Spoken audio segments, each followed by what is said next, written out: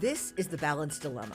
We tackle the often uniquely, but not always, female dilemma, managing life, work, family, and self. I'm Maura Carlin. And I'm Christy Derrico. At The Balance Dilemma, we speak with women and men to hear their balanced stories. Our guests are entrepreneurs, reinventors, creators, executives, parents, and partners, telling us what we really want to know. How the heck did they manage that? And can you have it all and all at the same time? Sometimes we hear another woman's story of career, marriage, and family, and it hits you. Why didn't I think of that or do that? And more to the point, why don't people have the hard conversations about what they want and find a way to get there? And that's the case with our guest, Catherine O'Toole. She stepped away from a career in publishing to raise her children and told her husband that she needed to be paid for that role. She's managed to navigate her pivots and her husband's to create the life she wants. Welcome to The Balance Dilemma, Catherine. Thank you. I really appreciate you having me. You know, Catherine, something we don't talk about enough is when a parent, usually the mother, decides to step away, take a break, give up full-time working, typically to manage their children. We just don't talk about that enough. Why did you make that decision? And was there an event that prompted it? I made the decision because, to my great surprise, I fell in love with my first child and then my second. And as an acquisitions editor, I was able to continue freelance work for 2 or 3 years. And that helped the transition. It was the falling in love with the kid. Like that was a huge first pivot for me. I was a hard ass businesswoman, drinks after work, fly around the universe, and it all changed. Did that surprise you? Were you taken aback by how you felt? I was completely surprised. The plan was 3 months at home, find the caregiving situation, go back to work. I wanted to be publisher. And what was the subject, the conversation at home with your husband about, we do this with one income or freelance job? Or did he just say, I want you home or whatever you want? Or something else? I think he was surprised, and everyone can't believe it when I say it, but we owned nothing. We didn't even own a car. We were renters in Toronto. We didn't have any significant debt. And in some ways, that was the wealthiest time in our lives. So we actually had more freedom. You know, I love that portion of your story because it's almost something that you have to qualify to say, hey, I fell in love with my kid and I made this decision. So it's just so charming. But you went from this life that you described as drinks after work, traveling around the world. You know, it was like working girl, like having fun. And then you're shifting into diapers and throw up and all that wonderful stuff that happens with kids. What was that like for you to make that shift? It was horrible. And I think it was... What an honest answer. She's very honest. It was horrible. And I think that's how I got to the money, because my very handsome husband was heading off to work every morning. And honestly, getting a shower every other day was my goal. So it was very difficult. It was a complete change. And thank God we got through it. And we did it as a team. He's a great dad. He's a great husband. And we really pivoted our lifestyle to family. And in a naive way, I don't know how we did it. And we did it. Well, you didn't know how ahead of the curve you were, but this is one of the reasons that I really love talking with you. So tell us the story about the money. You're home, you're with one baby or two babies at that time? I had 2 babies 18 months apart. That was, the first one slept, the second one never slept. And that just added the exhaustion. I got pneumonia. I felt like crap. I felt like I looked like crap. I didn't. I was still cute, but I felt that. And I just said, like, this isn't working. I need something that I can hang on to. And capitalist, democratic girl, I needed money, and I needed enough money coming out of our budget that would hurt. I needed it. Why did it need to hurt? It needed to hurt because my husband was too happy with the way things were going. I needed him to really have difficulty handing over the money so that he would remember how I started in that relationship, businesswoman. And I guess somehow I was grasping, as I said, the money was a metaphor but I really couldn't just give up the business side because I was becoming a mother. So just so we're clear, as far as the money, basically, my understanding is you went to your husband and said, this is how much my efforts are worth as the full-time mother at home, and you have to pay me for that. Is that what the situation was? Yes, and it went into my own bank account. And I also said, or I can go back to work and the kids go into daycare, which at that point was an extremely expensive option in the city. And I didn't charge that much to stay home. You were a bit of a bargain. It was a bargain. And I understand that something else changed. It wasn't just the money. There also was the issue of him taking a day off work. So it was 4-1. Oh my God, we were so lucky, and naive and lucky. His business accelerated after the second child. We moved Was into that because you were home? I'm going to interrupt you.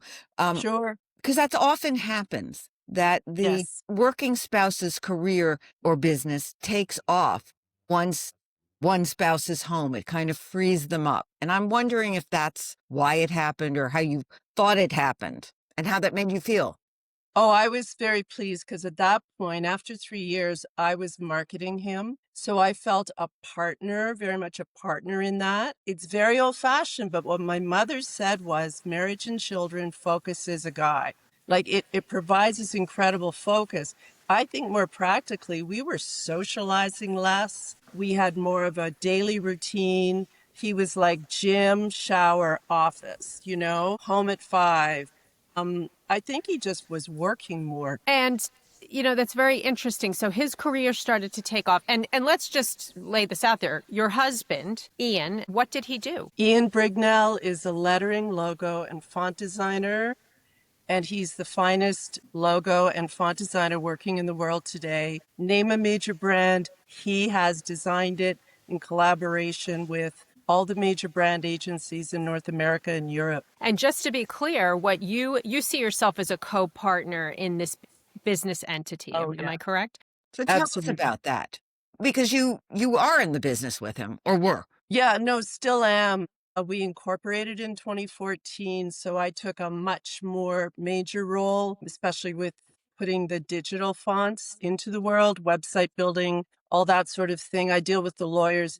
The goal is that he does the design and I do everything else to free up time for him to do the design. He will cop to this. I taught him that he had to negotiate more and he had to take more time off, because it's a wonderful situation when in a niche industry, you have a subspecialty. So within graphic design, lettering and logo design is a sub niche specialty. There aren't many practitioners. He's excellent at it, and he's a pleasure to work with. He wasn't charging enough and he wasn't taking enough time off, which really makes people miss you when you're gone. And that gets us back to your original question. We were still renting. We suddenly had all this money and he said, what are we going to do with this? And I said, you should start working 4 days a week. The kids are going to be in school in a couple of years. You're going to miss it. So he did. Did it take a lot of persuading or was he ready? Oh, no, he's amazing. Like, he's the most modern male I've ever met. He's just a pleasure to partner with in life and parenting and business. I'm very fortunate. So tell us what it's like to basically be in business with your spouse. Are you We've working never together shoulder to shoulder or separate spaces? Tell us about that. separate spaces. In Toronto, we've always worked in separate locations. So when he comes home at the end of a day, or a glass of wine, and we talk about the day. We might strategize over the phone during the day, but it's like two different workplaces. I actually know very little about design. I don't interfere. It's him and his clients. I do everything else. And just to clarify, when you were home in the early part of the years of your children's lives, you were also freelancing. It wasn't like you just gave up your total identity. It just was a different shift, kind of working at home and for Yes. yourself. Yes. And then in 2014, that switched to be the business partner. What is the name of the company? It's called IB Type. IB being the initials of my husband, Ian Brignell. Type. IB Type. And you really taught him how to monetize this artistic talent, which is often the case with partners in an artistic field. You have the business brain and then you have the artistic brain. So you just happen to be the married two with those two qualities. He's got a good business brain too. I would say I'm very bold, probably more bold with other people's talents than I am with my own. It's a two-handed business and he's the only designer. So he was overwhelmed with work and he doesn't like to say no to clients. And I said, you have to charge more. You have to start giving go away prices. I love that term, go away prices. Yeah, go away prices. So where did And you learn this side of business? Is it something that just flows from having been in publishing acquisitions? Or was this something you had to retool? I started out in sales in book publishing, and it was like cracking a metal egg. I didn't understand sales. I didn't know if I would be any good at it. I had wonderful training and I've never looked back. In some ways, I think everything is sales. We've heard that before, and regardless of whether you continue with it, it is excellent training for Yeah. a lot of things. Absolutely. I agree. We asked you a few questions when we were leading up to this interview. And one was what tools, books, or mentors changed everything about yourself? Can you tell us some things that influenced you? Are you speaking about writing now or just the business and the relationship? Whatever has inspired you to make the Catherine O'Toole we have sitting here today that has such a cool story. Such a cool story. I would say that my mom was pretty bold in her marriage with my father. So that was good to see growing up. I grew up with 3 brothers and we used to fight all the time and I played my sports with them. So I was never intimidated by guys.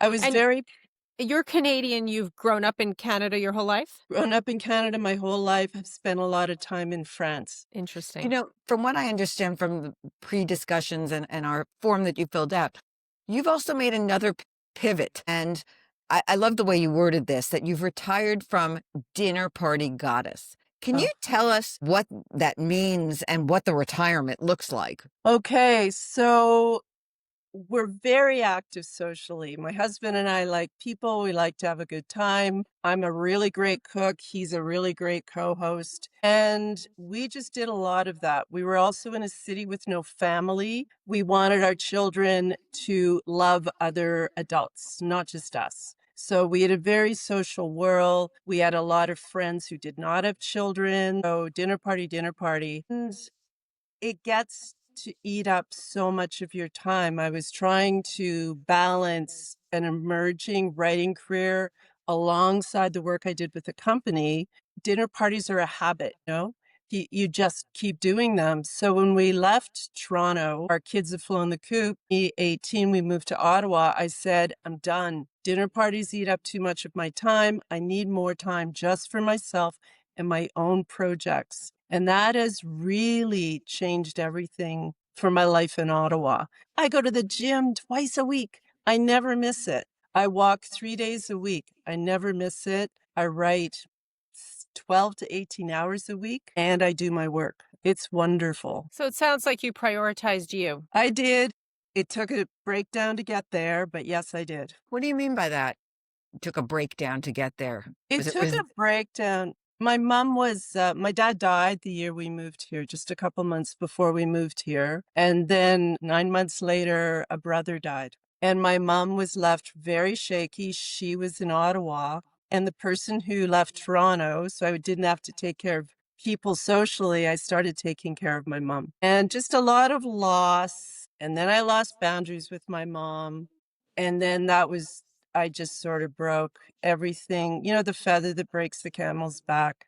So I had to shut everything down in 2021. I found an incredible grief counselor and I worked my way back to myself in private with the support of my husband and my kids. And I started writing again in earnest. So you mentioned boundaries, and tell us about setting boundaries, because it sounds to me like you set boundaries with your husband. I don't know what you set with your kids, and you have to set boundaries with your mother. How do you do that with the people who you love the most? I think it's just, I realized I love myself best first. I am as, if not more valuable than every single other person in my life. And I no longer apologize for boundaries. You know, if you're going to have kids, you lose that. I think I had a lot of that before I had children. And in the caretaking, I kind of lost it.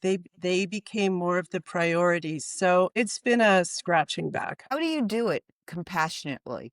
You can't just scream at them and say, I can't do this Right. anymore. Because that's an Oh, intentional no. word that you used, and we really appreciate that. So, what do you mean by that? I mean, well, my children, very interesting. My husband and I agreed we were raising them so that they could leave us. Hmm. So very early on, also because it was a busy household, they were cleaning toilets by 12. Good. They were doing their own laundry starting to at 10, and Excellent. my husband was teaching them how to cook breakfast around 12. So there was a lot of expectation that they would show up for themselves in their bathroom, in their bedrooms, buy their own clothing, like just all those things that actually I hated doing for them. And I started offloading it. My husband supported that totally. And they got more freedom as they showed us their responsibility. Every year they got more freedom. And that is continue. I think they're the most interesting people. I love them to death. I love the women that they get involved with. I love the way they lead their lives. And I don't think too much about judging their decisions. I sort of gave up judging their decisions. This is, That's what you want to happen. yeah, Yeah. interesting. So, Catherine, do you think that that's an outgrowth of a Canadian mindset, or is it your mindset with your husband? Because I will just say, as a matter of reference, helicoptering is something we talk about. It's a real detraction from women's lives, mothers' lives, and being able to be independent. But I'm hearing such an intentional anti-helicoptering philosophy. Do you think it's where you lived, or was it something you cultivated in your house? I think we might be kind of unique in trying to hang on to our own selfishness, you know, within the family unit. In France, our people thought we were crazy. They are very What helicopter. thing made them think you were crazy? When our kids turned 50, we had a house in France, a very small house in a very rural part of in France, but we would take them there starting at age of 2 or 3 for 4 to 6 weeks at a time to have very intense together family time in a rural setting, not in a big city, because we loved hanging out as a family. But at 15, they weren't allowed to come anymore. They had to get a job because they had to start saving for university. So those kind of decisions freaked out our friends who were Parisians and other French people whose kids never worked until they went to a very good university. It was odd for us. Yes. I've shared this statistic before, but a college counselor told me that less than 25% of her clients, the student body, have held a job at all. And that's not a good thing because working makes you Right. accountable to someone else and it definitely produces a good individual. Excuse me, since you mentioned France, I know you have a great story about something that you did before you had kids that took you to France. Yes, I was 31 when we got married, and Ian was 30. And I told him if we don't have babies by 35, I don't want to have them. And we hadn't known each other that long before we got married. So we decided in 1992, I quit my editor's job. He put all his design stuff in storage at a studio where he was renting space. And we went to France for a year to have an adventure together. We worked on a goat cheese farm. That was going to be what we did for a year, except that after 5 days, this woman was crazy. 5 days, we started working at 5 in the morning. We got a coffee and stale bread at 10 in the morning. We didn't finish work till 10 at night. And in 5 days, I think we figured out we'd worked 70 hours and my husband had lost 10 pounds. So that's why we left. And we ended up working on a biodynamic vegetable farm and we rented our own place, just a little tiny place rather than living with the people we were. It's called stagiaire work. You do a stage. It's almost unpaid, but it's a great experience. What did you learn from that? Because I imagine there were lessons from working on farms or place, goat cheese production place as well, besides dealing with the animals? It was surprisingly easy to make cheese. And I love goat cheese. It's one of the reasons we wanted to do it. So that was a big surprise. On the vegetable farm, though, I really thought I'd be standing in the fields, doing the weeding of you had to pull every weed. There was no chemical intervention. And I thought I would be thinking all these deep thoughts, but you don't think of anything. And it's the most wonderful experience in the world. You bend over, you deal with your row of potato plants weeding. You look up 25 minutes later, you're at the end of the row and you don't know how you got there. I think it was my first real experience of like a meditative art. And you probably feel a sense of accomplishment. Wow, I've done it. Yes. Oh, God, I never feel that way with weeding. I hate weeding. But Did it carry over? Did you become a gardener when you finally had a home? Yes, very much so. And my husband. Yes. I have to ask you this question. So, from the first time I met you, you say such glowing things about your husband, and you list him as the partner you go to, your inspiration. Was it luck or was this cultivation? Tell us about that. I think it was luck. As I said to you before, you kiss a lot of frogs, right? And when he showed up right from the beginning, he loved to have a good time and he always got his work done. He was well-traveled, intelligent, versant, and curious. And our very first date, we went to throw the ball around and we both had exactly the same ball glove. I think it was luck. It was wonderful. Still is. That's great. So you've repeatedly recalibrated. And have you found balance in your life? Yes. And I don't want to say that it waited, until we moved to Ottawa to find the balance. I think I've tinkered with balance every single step of the way.